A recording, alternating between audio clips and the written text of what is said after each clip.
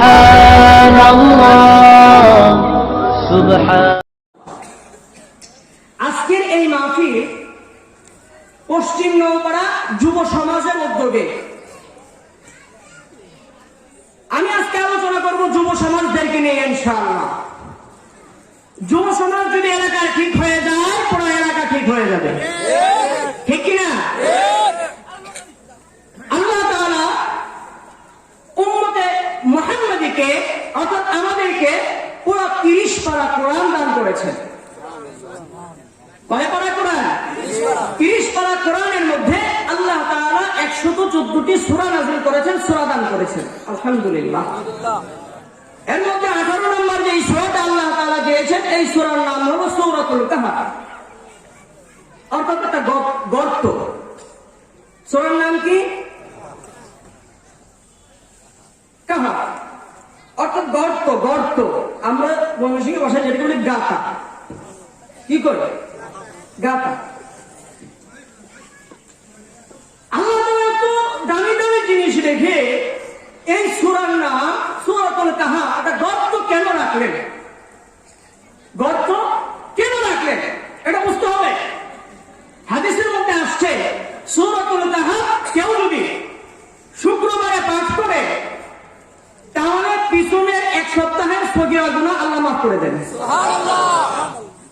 সূরা কাহফের প্রথম কয়েকটা আয়াত, 10 আয়াত, শেষের 8-10 আয়াত কেউ যদি পড়ে তো সাথে সাথে তার পা থেকে মাথা পর্যন্ত আল্লাহ তাআলা নূর দ্বারা ভরপুর করে দেন। সুবহানাল্লাহ।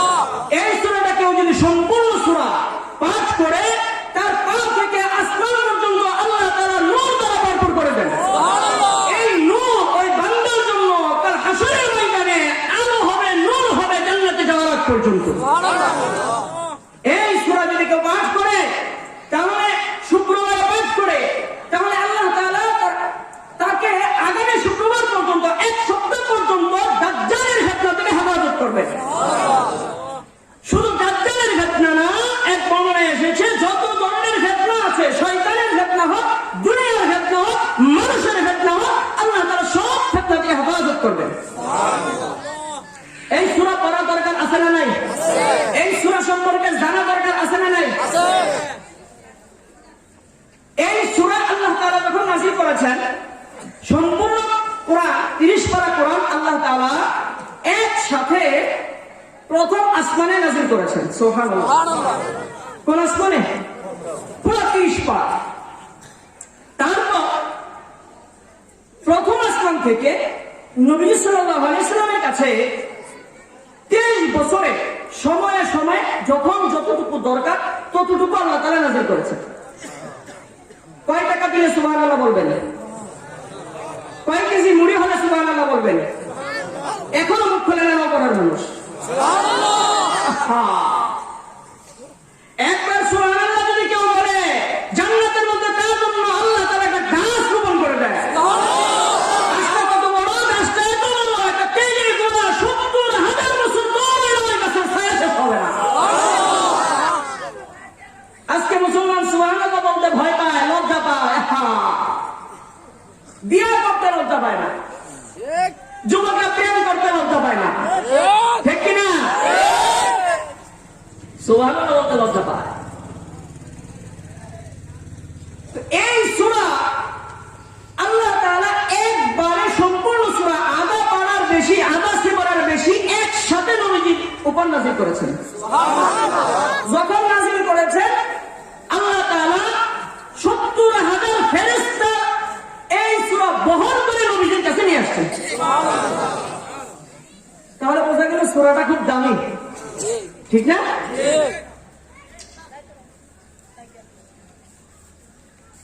মক্কার ইহুদিরা নবীজি সাল্লাল্লাহু আলাইহি সাল্লামকে টেস্ট করার জন্য, পরীক্ষা করার জন্য একটা প্রশ্ন করলো, একটা খুঁচা দিল। 3টা প্রশ্ন করলো। প্রথম প্রশ্ন ছিল ওই গর্তের লোকদের ব্যাপারে আপনি কি জানেন? আমাদেরকে জানান। নবীজি কি গায়েবের খবর জানতেন? কথা বলেন। আরে কথা বলেন না কেন? নবীজি গায়েবের খবর জানতেন না, কিন্তু আজকে আমাদের সমাজের মধ্যে অনেকে বলে নবীজি গায়েব জানতেন। এমন লোক আছে না নাই? নবীজির গায়েব জানতেন, ঈমান থাকবে না। কি থাকবে না? ঈমান থাকবে। নবীজির কাছে যখন এসে জিজ্ঞেস করলেন তিনটা প্রশ্ন, একটা প্রশ্ন কি, ওই গর্তের লোকদের ব্যাপারে আপনি কি জানেন তা আমাদেরকে জানান। নবীজি বললেন ঠিক আছে, আগামীকালকে বলবো। যার সাথে যার মহাব্বত ভালোবাসা বেশি তার সাথে মান অভিমান কম না বেশি? আস্তে কম, বেশি। আল্লাহ তাআলার সাথে নবীজির মহাব্বত কেমন ছিল? ভাষায় প্রকাশ করা যাবে? করা যাবে না। নবীজি সাল্লাল্লাহু আলাইহি সাল্লামের সাথে আল্লাহ তাআলার সম্পর্ক এত বেশি ছিল, এত বেশি ছিল, এত বেশি ছিল, নবীজিকে যদি কেউ গালি দিছে, নবীর উত্তর দেওয়ার আগে আল্লাহর প্রতিবাদ করছে। আল্লাহর প্রতিবাদ করেছে। কেমন মহাব্বত ছিল! যখন নবীজি বলেছেন আগামীকালকে বলবো এর উত্তর, আল্লাহ তাআলা একটু অভিমান করলেন। কি ব্যাপার, আমি না তোমার খবর দিব, তুমি আমার উপর ভরসা না করে নিজে মাঝে বলে দিলা আগামীকাল উত্তর দিব, তারা ওহিটা একটু বন্ধ করে রাখি। এটা কোনো অভিমান? সংসারের মধ্যে জামাই আর বোনের যখন ঝগড়া হয় না, ওটা কি ঝগড়া না অভিমান? কথা কর না, অভিমান। আর অভিমান যখন ভাঙে তখন ভালোবাসা বাড়ে না কমে? আর অভিমানটা ভাঙানোর সুরটা একটু আকর্ষণীয় হয়, ঠিক কিনা? একইভাবে আল্লাহ তাআলা নবীর সাথে একটু অভিমান করলেন, ওহিটা একটু অফ রাখলেন, দেখি উত্তরটা দেও কেমনি। পরের দিন নবীজি ভাবছে ওহি আসবে, আল্লাহ তাআলা বলে দিবেন আমি জানাই দিব, কিন্তু নবীজি তো এই কথা বলে নাই আল্লাহ জলদি জানায় আগামীকালকে আমি জানাই দেব, এই কথা বলে নাই। এই জন্য আল্লাহ ওহি অফ রাখলেন। ওহি অফ রাখার কারণে কি হলো, মক্কার ইহুদিরা এসে পরের দিন ঠাট্টা বিদ্রুপ শুরু করে দিল। কি ঠাট্টা বিদ্রুপ? কি মুহাম্মদ তুমি না সত্য নবী, কোথায় উত্তর তো দিতে পারলাম না, তুমি না বলছো আগামীকালকে উত্তর দিবা, কয় আগামীকাল গেল এখনো তো উত্তর দিলাম না। যখন নবীজিকে এইভাবে টিটকারি শুরু করলো, নবীজি পুরা পেরেশান হয়ে গেছে। নবীজি পুরা পেরেশান। এই বুঝি মক্কার কাফেররা আমার একটা ভুলের কারণে ইসলামের দিকে দাবিত হওয়া বন্ধ হয়ে যাচ্ছে। নবীজির এই পেরেশান অবস্থা থেকে বেশ কয়েকদিন পর আল্লাহ তাআলা যেহেতু অভিমানটা বাড়লে একটা আকর্ষণীয় হয়, কথা বুঝেন নাই? এই জন্য আল্লাহ তাআলা নবীজির অভিমান ভাঙানোর জন্য এই সূরা যখন জিবরাইল আলাইহিস সালামের মধ্যে পাঠাইছে, জিবরাইলকে আল্লাহ তাআলা বলেন যাও আমার দুষ্টর কাছে ৭০,০০০ ফেরেশতা নিয়ে এই সূরা বহন করে লয়ে যাও। সুবহানাল্লাহ। এবং এই সূরার ফজিলত এত বেশি দিছে যাতে করে উম্মত প্রত্যেক শুক্রবারে এই সূরাটা পড়ে। এই জন্য নবীজি বলেন এই সূরা যদি প্রত্যেক শুক্রবারে পড়ে পিছনের এক সপ্তাহ সগীরা গুনাহ মাফ, আগামী সপ্তাহ ফিতনা থেকে মুক্ত। সুবহানাল্লাহ। তাহলে এই আসহাবে কাহাফ এই গুহাবাসীর ঘটনাটা কি? গুহাবাসীর ঘটনাটা কি? আমি কি গল্প কাহিনী বলতেছি না কোরআনের কথা বলতেছি? এই জন্য বুঝেন, কথা বুঝতে হবে। যুবক ভাইরা চোখ কান খোলা রাখতে হবে। আসহাবে কাহাফের ঘটনাটা কি? নবীজির জন্মের বহু বছর আগে সব কুফরে ভরপুর, শিরকে ভরপুর। এবার সবাই শিরক করে, কুফরি করে, আল্লাহকে মানে না, আল্লাহর ইবাদত করে না। অথচ উচিত ছিল আল্লাহ কোরআনের মধ্যে বলে ইয়া আইয়ুহান নাস উবুদু রাব্বাকুমুল্লাযী খালাকাকুম, ইয়া আইয়ুহান নাস উবুদু রাব্বাকুমুল্লাযী খালাকাকুম। হে মানব সকল আমার ইবাদত করো, আর কারো ইবাদত করা যাবে না। ইবাদত কার করতে হবে? আল্লাহ। আর কারো ইবাদত করা যাবে? আর কারো সামনে মাথা নত করা যাবে? আর কাউকে পূজা করা যাবে? আর কোন মূর্তির সামনে সম্মান প্রদর্শন করা যাবে?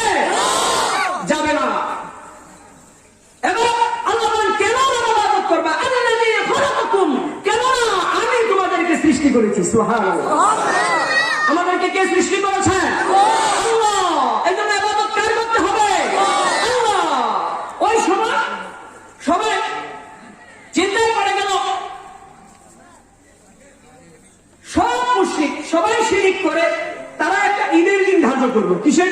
ঈদের দিন। মুসলমানের ঈদ কয়দিন বছরে? 2 দিন। বছরে কয়দিন? আর আমাদের বর্তমান মুসলমান যুব সমাজের ঈদের কোনো হিসাব নাই, ঠিক কিনা? ঈদ মানে আনন্দ। মুসলমান ঈদ পালন করবে, রমজানের ঈদ পালন করবে, ঈদের নামাজ আদায় করার মাধ্যমে, সদকা আদায় করার মাধ্যমে, কুরবানির ঈদ আদায় করবে, ঈদের নামাজ আদায় করার মাধ্যমে, এবং যাদের উপর কুরবানি ওয়াজিব তারা কুরবানি করার মাধ্যমে, অর্থাৎ আল্লাহর গোলামির মাধ্যমে। কিন্তু আজকে আমাদের যুব সমাজ এই আনন্দের দিন ধার্য করে হ্যাপি নিউ ইয়ার, ঠিক কিনা? আনন্দের দিন ধার্য করে খালি কি হ্যাপি নিউ ইয়ার? মুসলমানি দিবস, ঠিক কিনা? মুসলমানি দিবস। আবার আনন্দের দিন আরো আছে ভালোবাসা দিবস। দেখছেন উনি বলতেছে ভালোবাসা দিবস, ভালোবাসা দিবস। তারপরে হলো বিবাহ বার্ষিকী, ঠিক কিনা? হুজুর এগুলো কোনটা? সামনে আর একটা দাওয়াত আছে। আহা, আল্লাহ সবাইকে হেফাজত করো। ওই দিন দেখি আমাদের কিছু পোলাপান এলাকা আউলদের পোলাপান কয়েকটা যাইতেছে 15-20টা। আমি জিজ্ঞেস করি তোরা কোথায় যাচ্ছি? হ্যাপি নিউ ইয়ার খাইতে যাই। কি খাইতে যায়? আরে কথা বলেন। ভাত খাইতে যায় না, বস্তু খাইতে যায় না, কি খাইতে যায়? হ্যাপি নিউ ইয়ার খাইতে যায়। আজ থেকে আমি যখন ছোট ছিলাম 15-20 বছর আগে, তখন আমরা কল্পনাও করি নাই জন্মদিন পালন করতে হয়। আর এখন আলহামদুলিল্লাহ আমাদের এলাকায় জন্মদিন সমানে পালন হইতেছে, ঠিক কিনা? জন্মদিন যে পালন করা, আমার যদি জিজ্ঞেস করেন হুজুর বয়স কত, আমি বলবো 20-25 বা 25-27 এরকম হবে। মুরব্বীরে জিজ্ঞেস করলে মুরব্বী বয়স কত, মুরব্বী বলবে আমার বয়স কত 70-80 হবে। আর যদি ওই যুবকের জিজ্ঞেস করেন যুবক বয়স কত, এবার যুবক বলবে হুজুর আমার বয়স 14 বছর 6 মাস 13 দিন 3 ঘন্টা 2 সেকেন্ড, ঠিক কিনা? কেন? কারণ সে জন্মদিন পালন করে বয়স এত সুন্দর হিসেব করছে যে 18 বছর হইতে নিয়ে ভাগার আগে দৌড়াদৌড়ে 21 বছর লাগে না, আগে টেম্পিরিটি বিয়ে সম্পন্ন, ঠিক কিনা? আল্লাহ হেফাজত করো এই ধরনের কুসংস্কার যেন না হয়। তাহলে মুসলমানের ঈদ হবে বছরে কয়টা? আরো কোন ঈদ, আরো কোন আনন্দের দিন মুসলমানের আছে? নাই। ওই মুশরিকরা আনন্দের দিন ধার্য করবে একদিন। ওই দিন কি আনন্দ করবে? আনন্দ হলো তারা মূর্তির নামে উৎসর্গ করবে, মূর্তির নামে কুরবানি করবে, মূর্তির নামে বিভিন্ন ইবাদত করবে। যখন ওই দিন ধার্য হলো সব কিছু সম্পূর্ণ, এই অবস্থায় এক যুবক চিন্তা করলো যেই মূর্তি আমরা বানাইলাম ওই মূর্তির নামে কেন কুরবানি করব?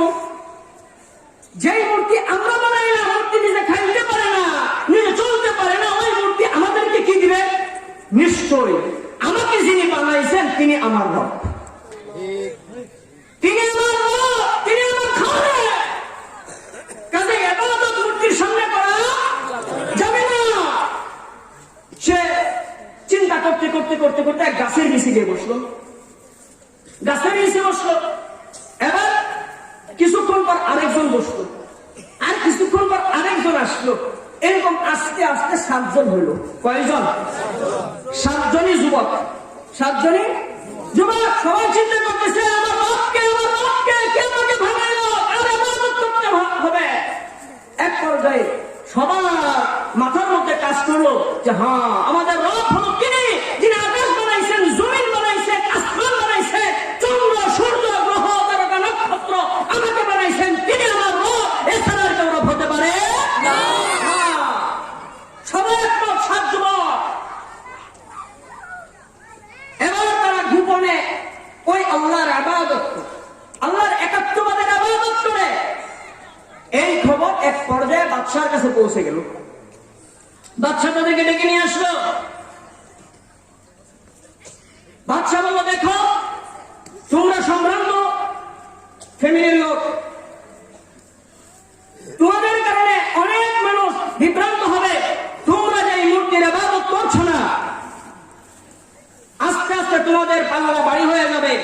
অতি সত্তর হয়তো মূর্তির ইবাদত করবে, নয়তো আমি তোমাদের সাথে এমন কাজ করব, প্রয়োজনে তোমাদের কল্লা দ্বিখণ্ডিত করে ফেলবো।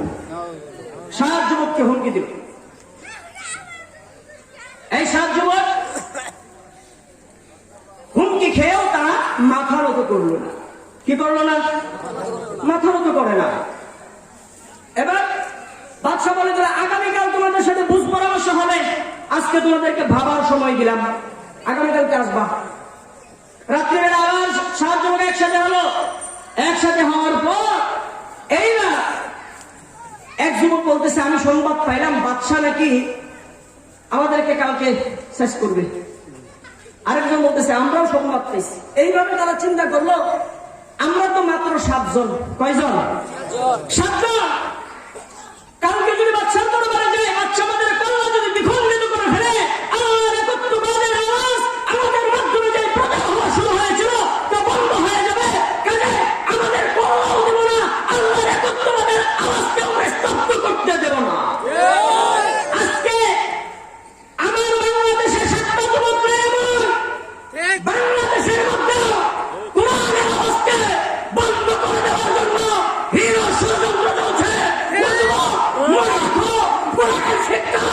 তোমরা যদি এক হয়ে যাও, যুবকরা যদি ডাক দাও, কোরআনের আওয়াজকে, একত্ববাদের আওয়াজকে বন্ধ করার মতো ক্ষমতা বাংলার জমিনে কারো না।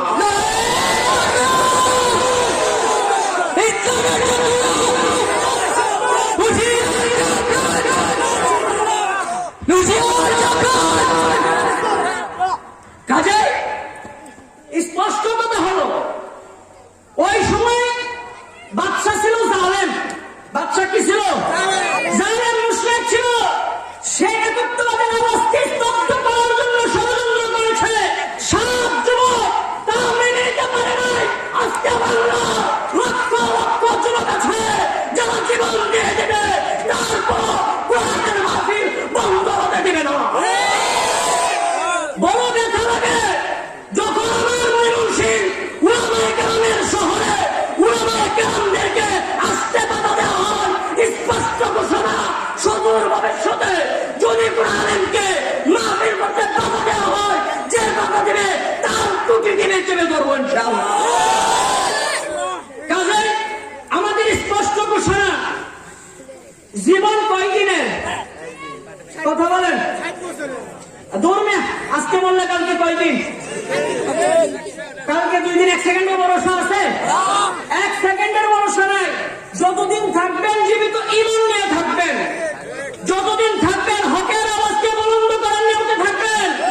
ইসলামকে টেকানোর জন্য যদি জীবনও দিতে হয়, রাজি আছেন তো ইনশাআল্লাহ? স্পষ্ট ঘোষণা, স্পষ্ট ঘোষণা, আজকে আমাদের বাংলাদেশে মাহফিল বন্ধ হয়ে যায়। আর এই যে আমাদের পেশায় এমন কোন দিন নেই যে মাহফিল হইতো না। আজকে মাহফিল হয় না কেন? সবকিছু হচ্ছে। মাহফিল করলে এত সমস্যাটা কোথায়? এত সমস্যা কোথায়? আপনি রাজনীতির জায়গায় করেন, হুজুরা কি আপনার রাজনীতির চেয়ারকে টান দিছেনি? কথা কন। স্পষ্ট ঘোষণা, ওই 7 যুবক চিন্তা করলো একত্ববাদের আওয়াজকে স্তব্ধ করা যাবে না। 7 যুবক যেহেতু তারা সংখ্যায় কম, তারা তুমিসারে সব কিছু নিয়ে হিজরত করলো এক গুহার দিকে। সিদ্ধান্ত নিল অমুক জায়গায় একটা নীরবে একটা গুহা আছে, ওই গুহার মধ্যে আমরা চলে যাব, ওই গুহায় চলে যাব। 7 যুবক গুহায় চলে গেল। যাওয়ার পথে একটা কুকুর, কি একটা কুকুর সাথে সাথে আসে, কুকুরকে তাড়ায় দেয়। কুকুর সরে না, আবার তাড়ায় দেয়, আবার সরে না। শেষে চিন্তা করলো সাথে নিয়ে নি। এবার যখন 7 যুবকের সাথে কুকুরও সফর সাথী হয়ে গেল। সুবহানাল্লাহ, সফর সাথী হয়ে গেল। গুহার মধ্যে গিয়ে সবার শরীর ক্লান্ত হয়ে গেল। শরীর ক্লান্ত, ভাবলো একটু ঘুমায় নেই। কুকুরের কিন্তু পাহারাদারির ভালো অভ্যাস আছে না নাই? গুহার সামনে কুকুর কোরআনের মধ্যে আসছে, 2 পা এভাবে সামনে করে এইরকম ভাবে তাকায় আছে, পাহারা দিচ্ছে। কে পাহারা দিচ্ছে? এটা কুকুর পাহারা দিচ্ছে ইমানদারদেরকে। আল্লাহু আকবার। এইবার 7 জনকে শরীর একটু ক্লান্ত, সকালবেলা রেস্ট নেই বলে যখন মাথা একটু হেলায় দিয়েছে, ঘুম চলে আসছে, সবাই ঘুমায় গেছে। পরের দিন সকালে তো বাদশার দরবারে কেউ নাই, আসে নাই। বাদশা সবাইকে লাগাইছিল, বের কর খুঁজে, খুঁজে বের কর। রাখে আল্লাহ, রাখে আল্লাহ মানে কে? আল্লাহ তাআলা যে প্রদীপ প্রজ্বলিত করতে চাইবে, আল্লাহ তাআলা যে আওয়াজকে টিকে রাখতে চাইবে, সেই আওয়াজকে যদি কেউ স্তব্ধ করে দিতে চায়, সে নিজে ধ্বংস হয়ে যাবে, সে নিজে ধ্বংস হয়ে যাবে, আল্লাহ বন্ধ হবে না। ইসলামের শেররা, হুঁশিয়ার সাবধান,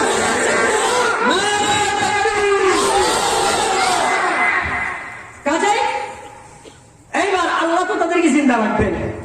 এই গন্তব্যগুলো খুঁজতে খুঁজতে খুঁজতে খুঁজতে গুহা পর্যন্ত গেছে, তারপরেও তারা দেখে নেই। সুবহানাল্লাহ কইবেন না? নবীজি যখন হিজরতে যাওয়ার জন্য রেডি হইল, নবীজির ঘর চতুর্পাশে কাফেররা ঘেরাও দিয়ে রাখছিল। আপনারা তো জানেন, জানেন না? কিন্তু কেউ দেখছে নবীজিকে চাইতে? নবীজি যখন গুহার মধ্যে অবস্থান করেছিল, নবীজি গুহায় অবস্থান করে নাই? করেছে। নবীজিকে কি তারা ওই গুহা পর্যন্ত যাওয়ার পরেও দেখতে পাইছে? রাখে আল্লাহ মালিকে। আমি হকের কথা বলে যান, আপনার যদি হায়াত থাকে, আপনাকে কেউ ফাঁসির কাজটা চলাতে পারবে না। আপনি একত্ববাদের পক্ষে চলেন, আল্লাহ যদি আপনাকে টিকায় রাখতে চায়, কেউ ফিরাইতে পারবে না, কেউ ফিরাইতে পারবে না। এবার বাদশা খুঁজে খুঁজে ব্যর্থ হল, ঘুম থেকে উঠলো, ঘুম থেকে উঠলো, বিকেল হইল বুঝি, সূর্যটা অস্ত যাচ্ছে, এই অবস্থায় ঘুম থেকে উঠলো। উঠার পর একজন আরেকজনকে জাগাইল, জাগানোর পর এবার একজন আরেকজনকে জিজ্ঞেস করে, এই কতক্ষণ ঘুমাইছো তুই? এই তো সকালে ঘুমাইছি, দুপুর হইল। আরেকজন দুপুর হয়েছে, বিকেল হয়ে গেছে। আরেকজন কয় না, মনে হয় কয়েকদিন ঘুমাইছি। সুবহানাল্লাহ কইবেন। আরেকজন বলতেছে যতক্ষণ ঘুমাইছো ঘুমাইছো, রাখো, এটা আল্লাহর উপরে ছেড়ে দাও। কার উপরে? আল্লাহর উপরে ছেড়ে দাও। ক্ষুধায় শরীরটা, পেটটা মুচড়াইতেছে, একটু খাওয়া দরকার। কি করা দরকার? খাওয়া দরকার। একজনকে পাঠায় দাও, খাবার নিয়ে আসুক। তবে তুমি যখন যাইবা, সতর্কতার সাথে যাইবা। যদি ওই জালেম বাদশা টের পায়, তাহলে কিন্তু উপায় নাই। আর খাবার যখন কিনবা, হালাল হারাম দেখে তারপরে কিনবা। কি দেখে কিনবা? হালাল হারাম। সুদ খাইবা? কে কে সুদ খান? হাত তোলেন। একজনও নাই। আল্লাহ, আল্লাহ সবাইকে কবুল করুন। আর যারা সুদ খায়, আল্লাহ সবাইকে মাফ করে দেয়। সামনে থেকে কে কে ঘুষ খাবেন না? হাত তোলেন। আল্লাহ সবাইকে তৌফিক দান করুন। ঘুষের সাথে, সুদের সাথে কেউ যেন না থাকে। হালাল খাওয়ার চেষ্টা করবেন ইনশাআল্লাহ। এবার খাবার কেনার জন্য একজনকে পাঠাইল। পাঠানোর পর সে বের হয়ে দেখে, আহা, দেখে গেছিলাম একদম মরুভূমি, এখন দেখি ফাউন্ডেশন ওরা বিল্ডিং এর অভাব নেই, সব ফাউন্ডেশন হয়ে গেছে। কি হয়ে গেছে? কিচ্ছু চিনে না। কেউ দেখেনি। আবার বাদশা খুঁজ পাইল নি। কিছু দূর যাওয়ার পর এক দোকানে গেল, দিয়ে বলো, ভাই আমাকে কিছু খাবার দেন। হালাল কিনা একটু দেখো। হ্যাঁ হালাল। আচ্ছা, খাবারটা নিল। যখন টাকা দিল, টাকা দেওয়ার পর দোকানদার বলতেছে, এই মিয়া একটু দাঁড়াও, বসো এখানে। বসাইছে। দোকানদার পুরো বাজার কমিটিকে খবর দিছে। বাজার কমিটি আসে। আসার পর সবার সামনে দোকানদার বলতেছে, দেখো এই লোকে গুপ্তধন পাইছে। কি পাইছে? গুপ্তধন পাইছে। সে বলতেছে, ভাই আমি গুপ্তধন পাই নাই। কেন? তুমি গুপ্তধন পাইছো, অল্প কয় টাকা নিয়ে আসছো, আর বাকি টাকা কোথায় রাখছো বলো। সবাই চাপায়া ধরলো। সে বললো, ভাই গুপ্তধন নাই আমার কাছে, এই কয়টা টাকাই ছিল, খাবার দেন, খাবার নিয়ে যাও। বহুত পিড়াপিড়ির পর ওরা ছাড়বে না, বলতে হবে গুপ্তধন কোথায়। এবার ও আবার চিন্তা করে, এরা আবার বাদশার লোক কিনা। আমরা হুজুর আওয়াজ করতে এসে চিন্তা করি, স্টেজ আওয়ামী লীগের কেউ আছে কিনা, বিএনপির কেউ আছে কিনা, কার গায়ে লাইগা যায়, আবার কে নিষেধ করে। ঠিক কিনা? যদি কারো গায়ে লাগে তার অ্যালার্জি আছে, কি আছে? আর আমি স্পষ্ট কথা, ভালো লাগে না গায়ে লাগানোর কথাকে আমরা বলি। আল্লাহ, এইবার ওই যুবক বলে দিল শেষ পর্যন্ত, আর পারলো না, বললো দেখেন আমরা ওই গুহার মধ্যে 7 জন ছিলাম। বলার সাথে সাথে সবাই বলো, আরে ভাই আপনারা তো গুহায় ছিলেন, আপনারা এতদিন কেমনে জীবিত থাকলেন? এই টাকা তো হলো 300 বছর আগে। আল্লাহ তাআলা কোরআনের মধ্যে বলেন, তোমরা তো কয়েক মিনিট কয়েক ঘন্টা ঘুমাও না, আমি আল্লাহ তোমাদেরকে 309 বছর ঘুমায় রাখছি। সম্ভব কিনা? আল্লাহ তাআলা সম্ভব? সম্ভব। আল্লাহ তাআলা 309 বছর এদেরকে ঘুমায় রাখছে। যখন সূর্য উঠেছে অটোমেটিক তাদের বডিটা ঘুরে গেছে, সূর্য অস্ত গিয়েছে অটোমেটিক বডি ঘুরে গিয়েছে, মাটি তাদের শরীর খাইলে ও মিয়া তোমার শরীরের গ্যারান্টি কয়দিন? তোমাকে তখন দিলে 309 বছর তো দূরের কথা, 3 বছরও যাইবো না, তোমার গালগুলো খায় ফেলবে, সুন্দর চামড়া খেয়ে ফেলবে। আজকে কিসের অহংকারী করো, কিসের চারের বাহাদুরি করো? তোমাকে যদি আল্লাহ তাআলা দুনিয়া থেকে উঠায় নেয়, তোমার এই মাটির মধ্যে যাইতে হবে, 2 দিনও যাবে না, পোকা খাওয়া শুরু করবে কিনা?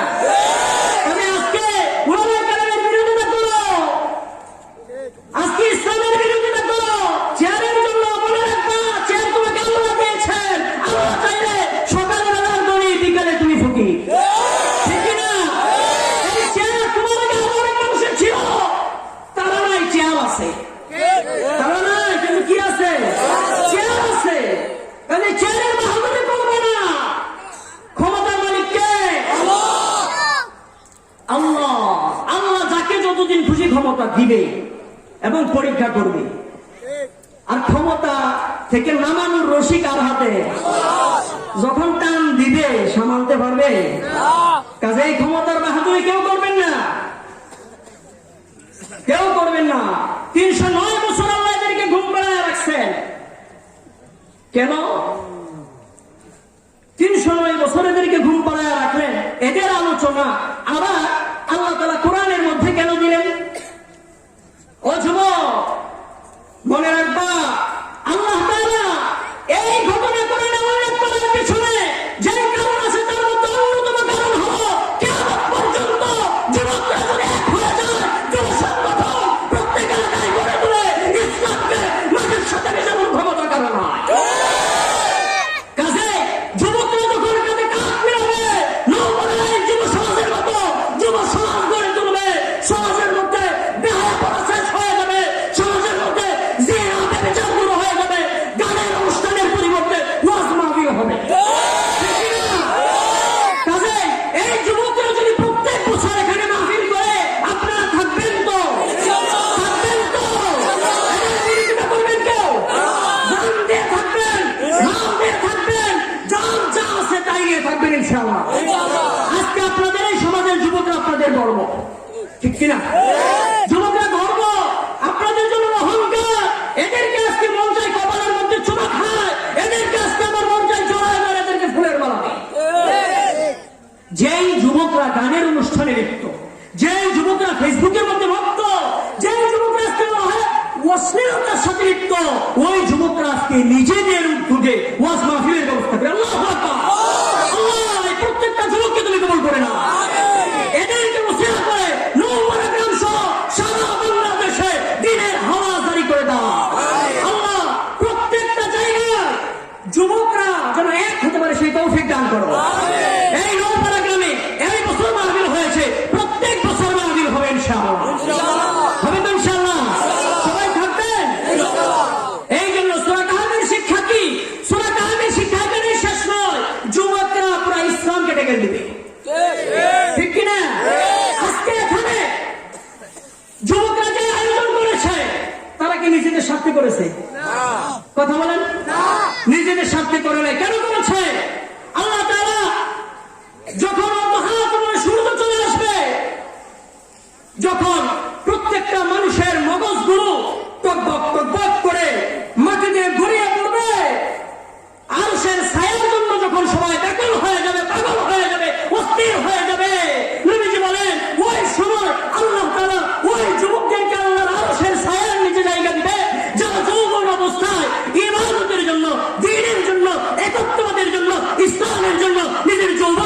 করেছে। আমি তো দেখতে পাচ্ছি এই যুবকদের জন্যই আল্লাহ তাআলা ওই আরশের ছায়ার ব্যবস্থা করে রাখছেন। এমন যুবক প্রত্যেক ঘরে থাকা দরকার আছে না নাই? আছে তো ইনশাআল্লাহ। এই জন্য কি করতে হবে? যুবকদের প্রতি আরেকটা তালিম দিয়ে যাচ্ছি। ও যুবক, মনে রাখবা, তোমরা হলে আগামী দিনের ভবিষ্যৎ। তোমরা হলে ওই দিনের তারকা, যেই দিনে বাংলাদেশে যেরকম ভাবে আল্লাহু আকবারের মধ্যে সূর্য ওঠে, সেই বাংলাদেশে ইসলামের পতাকা উত্তীর্ণ হবে। ওই ইসলামের পতাকা উত্তীর্ণ হওয়ার সময় তার আগ মুহূর্তে তোমাদের মতো যুবকদের দরকার, যারা জিহাদের বায়াত নিয়ে মাঠে নামবে। যদি ঘুরে আসে বুক পেতে দিবে, চুরে আসে গলা পেতে দিবে, তারপরও আল্লাহর একত্ববাদের আওয়াজকে স্তব্ধ হতে দিবে না।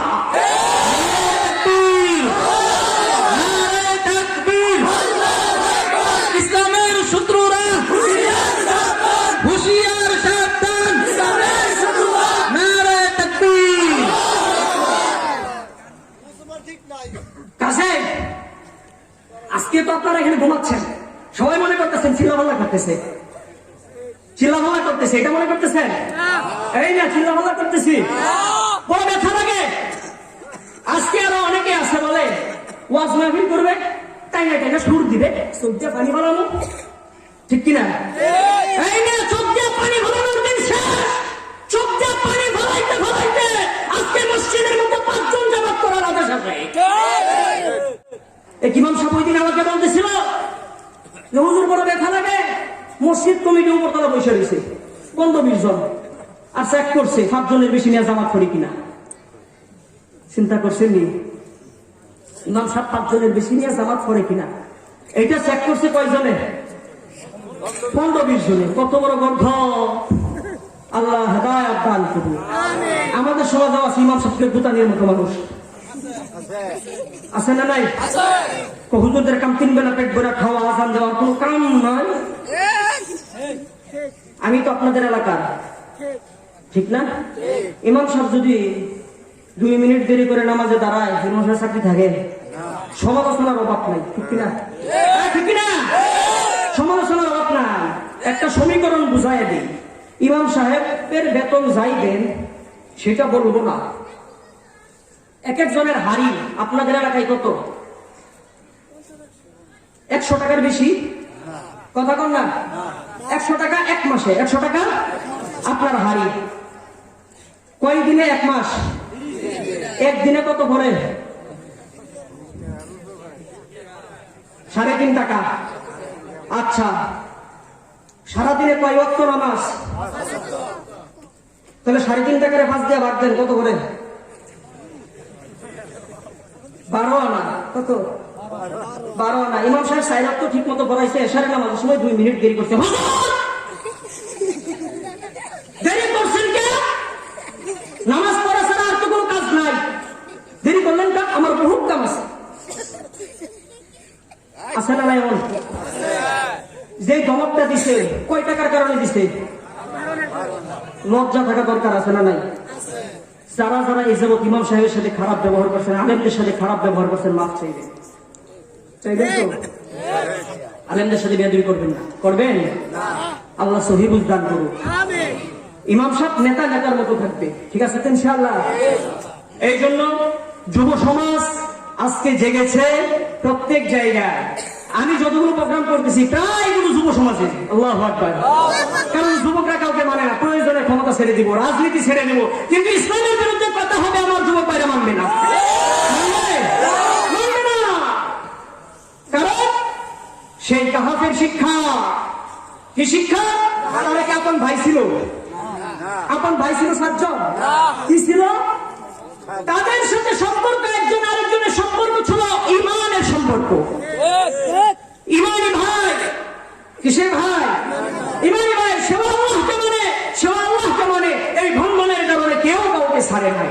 ছাড়ছে? মা বাবা স্ত্রী সন্তান সন্ততি সব ছেড়ে দিছে, কিন্তু একজন আরেকজনকে ছাড়ে নাই। কাজে আপনারা এখানে যুব সমাজ যারা আছেন তাদের প্রতি অনুরোধ, একজন আরেকজনকে ছাড়বেন না। আপনাদের নওপাড়া গ্রামে যেন গানের অনুষ্ঠান না হয়, ঠিক কিনা? গানের অনুষ্ঠান হলে বন্ধ করার দায়িত্ব কার? যুব সমাজে কই হুজুর আপনি তো কইতেছেন বিয়ের আগে তো একটু নাচনা না দিলে হয় না, ঠিক কিনা? দেখ বাজাই কি হবে, নাহলে বিয়েটা আর জমে না। বিয়ে বিয়ে কি হয় না? এই না কথা বল না, বিয়ে জমে না বিয়ের আগের দিন ড্যান্স না করে।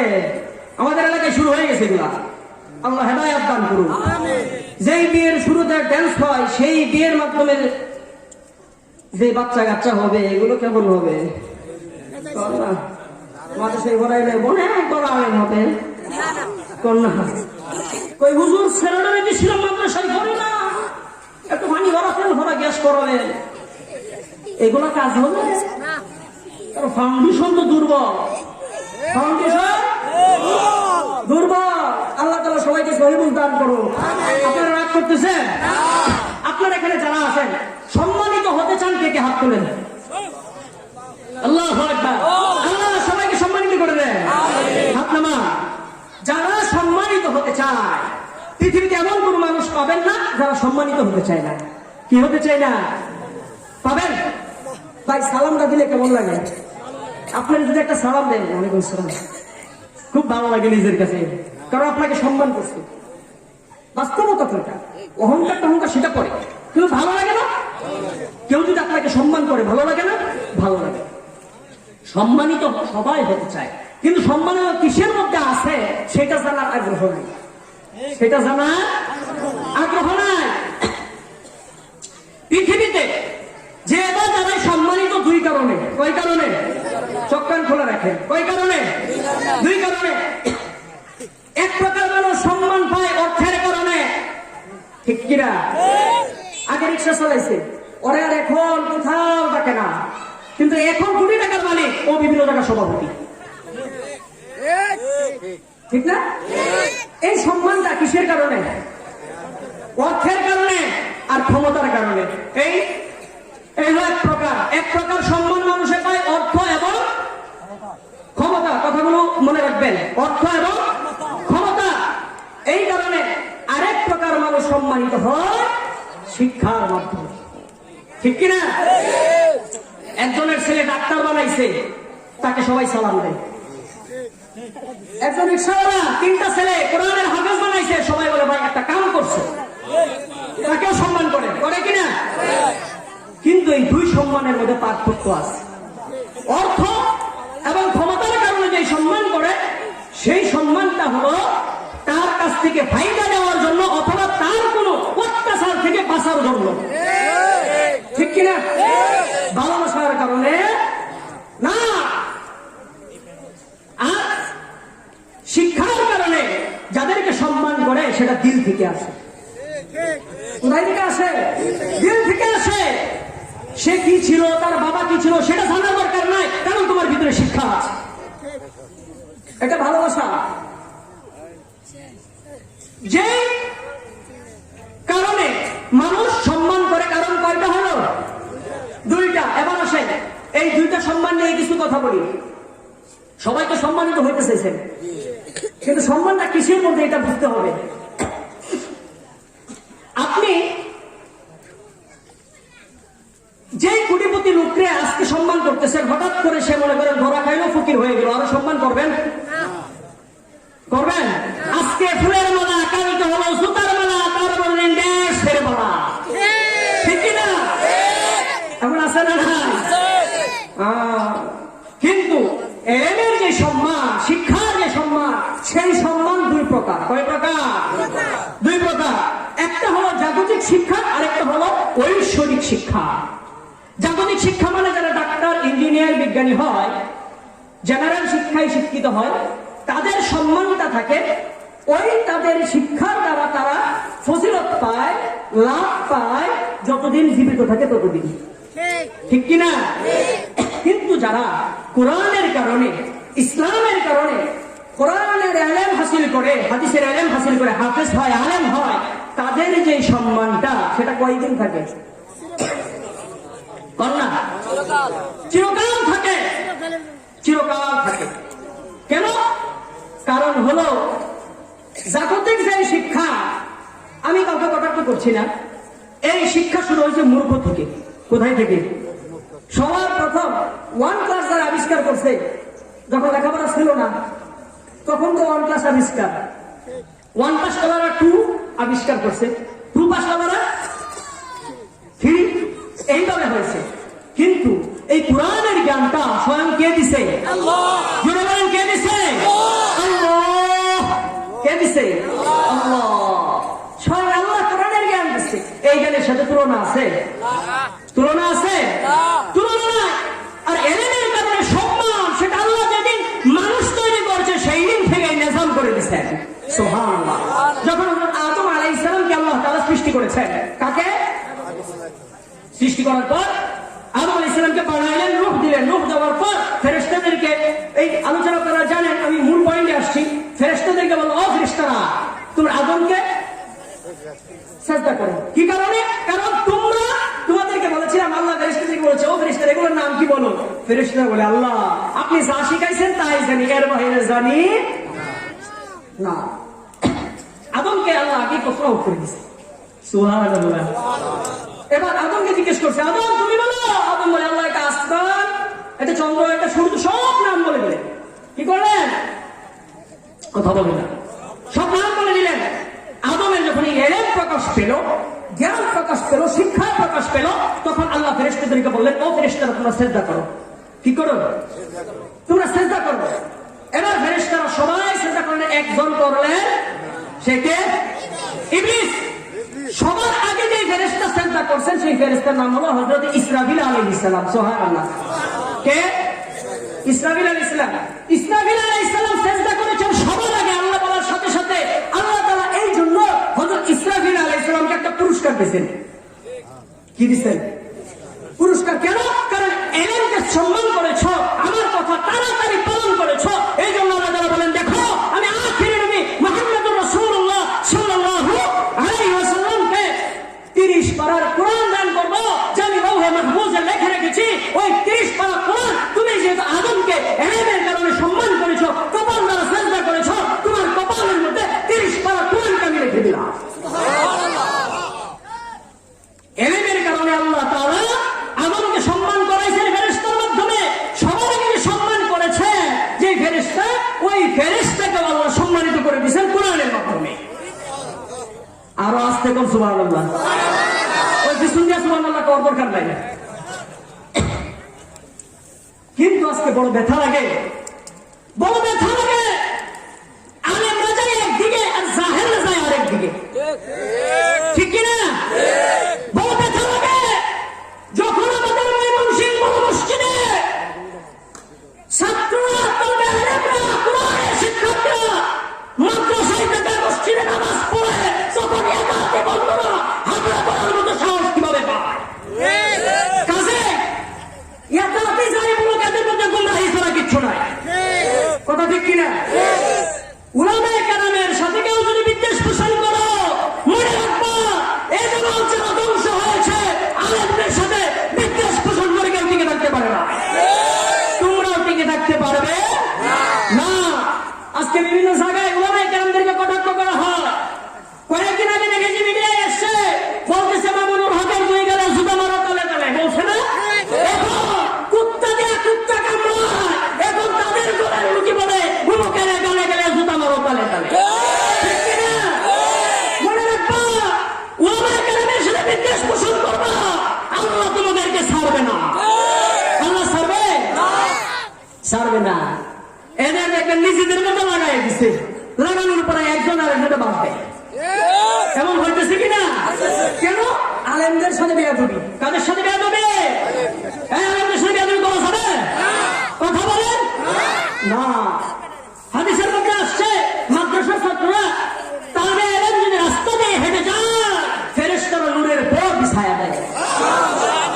ওদের গায়ে যদি আপনি পিটানি দেন, আপনার হাত ভেঙে দেওয়া হবে, আপনার হাত ভেঙে দেওয়া হবে। মাদ্রাসার ছাত্র উলামায়ে কেরামের সাথে বেয়াদবি করবেন, তাদেরকে গালি দিবেন, আপনার জিহ্বা কেটে দেওয়া হবে। কাজে উলামায়ে কেরামের সাথে বেয়াদবি করা যাবে না, যাবে না। প্রত্যেক ঘরে ঘরে উলামায়ে কেরামের দরকার আছে না? তাহলে আপনাদের সন্তানদেরকে পড়াইবেন কোথায়? মাদ্রাসায় পড়ালে লস না লাভ? আর আসতে কর। আরে মিয়া, গতকালকে আমাদের এলাকায় আমাদের কারি আফাজউদ্দিন সাহেব মারা গেছে, আল্লাহ জান্নাত নসিব করুন। আমিন বলতেন, শরম লাগে। কোন এক জাতি আল্লাহ। ওনার ছেলে দুইজন, কয়জন? দুইজন হাফেজ। আমি বড়জনে জিজ্ঞেস করলাম জানাজা কে পড়াবে? আমি পড়ানোর ইচ্ছা।